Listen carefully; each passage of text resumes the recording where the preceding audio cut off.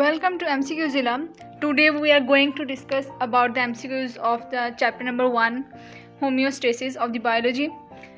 So let us start. Best method to remove the nitrogenous waste from the blood is, मतलब कि कौन सा सबसे बेस्ट मेथड है जिसके ज़रिए हम जो बॉडी से है या ब्लड से नाइट्रोजीनियस वेस्ट रिमूव कर सकते हैं।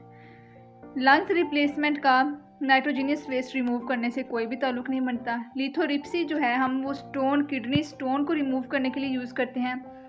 रेडियोथेरेपी का भी इससे कोई ताल्लुक नहीं है। तो फाइनली जो आंसर होगा वो हमारे पास डायलिसिस होगा। Sodium ions moves from ascending limb of the loop of the Henle into the kidney interstitium through, of course, active transport. Which of the following is not the component of urinary system? Urinary bladder भी होता है, urethra भी होता है, ureters भी होता है, and the answer is adrenal glands. Dialyzer removes all of the following from the blood. मतलब कि जो डायलाइज़र होता है जिसमें हम आर्टिफिशियल किडनी के ज़रिए से नाइट्रोजीनियस वेस्ट बॉडी से रिमूव करते हैं, उसमें जो हम ब्लड से तमाम चीज़ें ऑप्शन में से निकाल सकते हैं सिवाय किसके।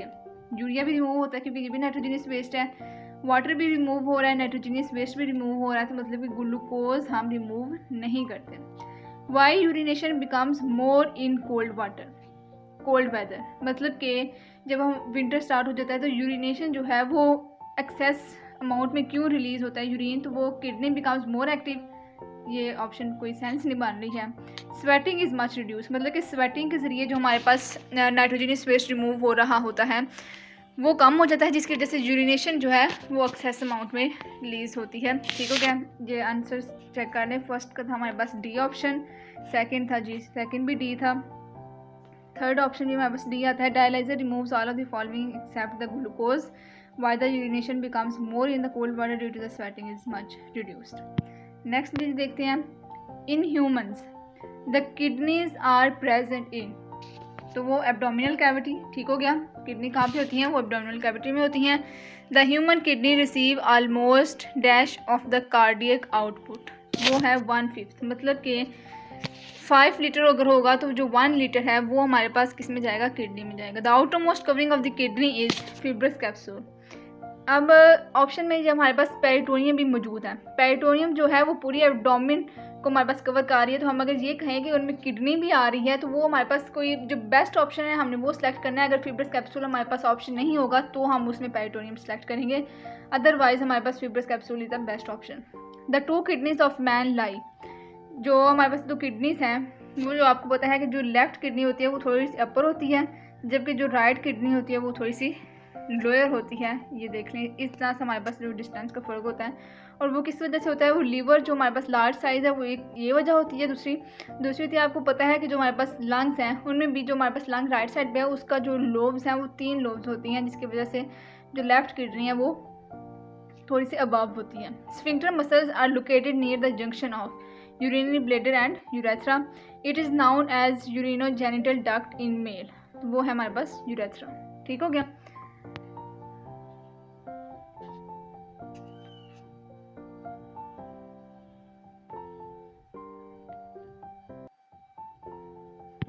नेक्स्ट जब हम देखते हैं renal corpuscles can be divided into. Renal corpuscles क्या है? बाउंस कैप्सूल और ग्लोमेरुलस को हम कलेक्टिवली रीनल कार्पसूल्स कहते हैं।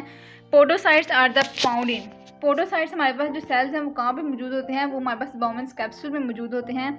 It is sequence that perfectly traces the path of urine after it leaves the kidneys. तो सबसे पहले हमारे पास जो यूरिटर्स हैं, ये फर्स्ट ऑप्शन देखें, अगर हम यूरिटर से हमारे पास यूरिनरी ब्लैडर जा रहा है, यूरिनरी ब्लैडर से हमारे पास यूरेथ्रा जा रहा है, तो I hope so option A is correct. Afferent arteriole for the nephron distributes blood from renal artery to glomerulus, the one which is the part of supply of the nephron, मतलब कि nephron को जिस part से blood मिलता है तो वो होता है ग्लोमेरुलस। ठीक हो गया।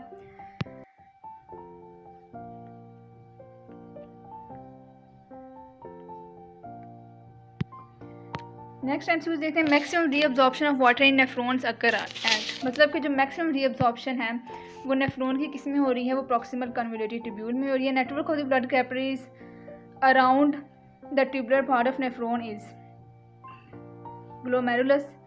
It is involve in the formation of concentrated urine, तो वो काउंटर करंट फ्लो भी है, वो जक्सा मेडुलरी नेफ्रॉन्स भी हैं, वो हाई मेडुलरी ऑस्मोडायलेटी भी है, और ऑप्शन होगा delta all A B and C. It makes kidney interstitium more concentrated. वो एडीएच बनाता है, ऑक्सीटोसिन है, कॉर्टिसोल है या फिर एल्डोस्टेरोन है। तो of course it is aldosterone. The mechanism specifically involved in maintaining the pH of the blood tubular secretion.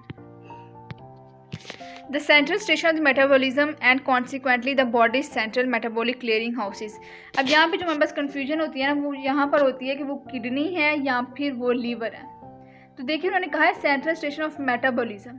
Metabolism kidney से पहले हम लीवर में सेलेक्ट करेंगे, और कॉन्सिक्वेंट द बॉडी सेंट्रल। तो सेंट्रल मेटाबॉलिक क्लियरिंग हाउस क्या है, वो लीवर है। लीवर के टॉपिक में ये line as it is mention की गई है कि the central station of the metabolism and consequently the body's central metabolic clearing house is liver. Which of the following is not common in cortical and juxtamedullary nephrons. बाकी जो तमाम options हैं वो common होते हैं cortical और जक्सा medullary nephrons में, जबकि जो वेजा रेक्टा है वो ओनली जक्सा मेडुलरी नेफ्रॉन्स में मौजूद होता है। Glomerulus takes blood from. जो ग्लोमेरुलस है वो किससे टेक ब्लड करता है, वो ऑफकोर्स एफरेंट ट्यूब्यूल से, एफरेंट आर्ट्रियोल से हमारे पास ब्लड कलेक्ट करता है। The process that does not occur at the level of kidney. वो है हमारे पास डीएमाइनेशन, जो कि हमारे पास लीवर में होती है, किडनी में नहीं होती।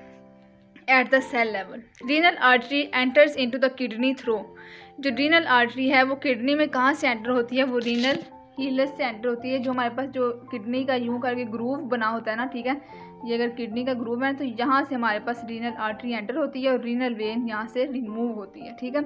The part of the nephron that is surrounded by the capillaries, तो वो हमारे पास क्या है, ग्लोमेरुलस है। ठीक हो गया। So the part of the nephron that is not surrounded by capillaries, तो वो हमारे पास क्या है, ग्लोमेरुलस है।